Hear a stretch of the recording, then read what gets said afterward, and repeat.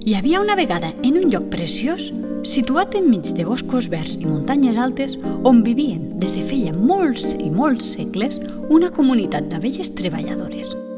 Les abelles es dedicaven dia darrere dia a fabricar mel, que guardaven per alimentar-se i que també oferien a qui els hi volgués comprar.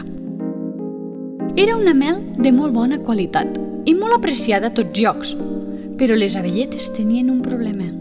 En el regne veí, molt més gran que el de les abelles, hi havia un os gros i pelut que cada cop que li donava la gana s'acostava per allà i s'emportava quasi tota la mel de les pobres abelles.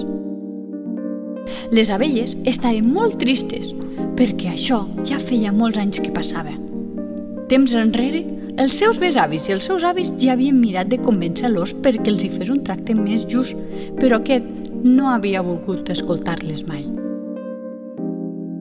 Un dia, però, la reina de totes les abelles, que ja feia temps ho havia pensat, va decidir que ja n'hi havia prou i va anar a parlar amb l'os. Què vols, abella? Mira, os, això no pot ser. Nosaltres treballem molt per fer la mel. No és just que ens la vinguis a robar sense pagar. Si vols, compra-la. Abelleta?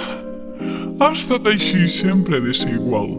Nosaltres som els vostres amos i vosaltres teniu que continuar treballant. Però vosaltres no treballeu pas. No feu res per guanyar-vos aquesta mel. Treballar? I això què és?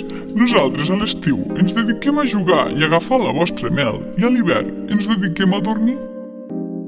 No és just el que feu, os.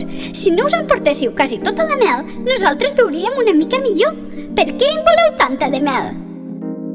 És que en el meu regne hi ha molts més ossos com jo i ells també en volen de mel. La mel que no es mengen la guardem per l'hivern. Ho entens, abella? No ho entenc. Podeu agafar altres coses per l'hivern. Podeu plantar algun tipus de cultiu, treballar una mica per a poder tenir un rebost sense tenir que empipar a ningú. Ha, que em fa riure, abelleta. Nosaltres no volem treballar. Amb lo bé que s'està prenent el sol ponxant l'aire. Hem d'arribar a un acord, perquè nosaltres ja no podem aguantar més així. Mira, què et sembla si et donem només la meitat de la mel?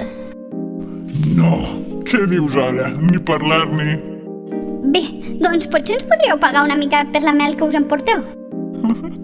No em facis riure. Pagar nosaltres per una cosa que podem agafar de franc? Doncs la propera vegada que vingueu no us deixarem que us emporteu la mel. Pobres de vosaltres, vindrem amb insecticides i us matarem a totes. Ah, sí? I llavors qui fabricarà la mel? L'os es va quedar callat sense saber quina resposta donar. I així va ser com la vella reina i l'os van arribar a un acord de que només agafarien una part de mel a canvi de protecció del rusc de les abelles, de que ningú pogués robar la mel, ja que si no hi havia abelles, no hi havia mel. Així que el regne dels ossos tenien que cuidar al regne de les abelles. I vet aquí un gos, i vet aquí un gat, que aquest conte ja s'ha acabat.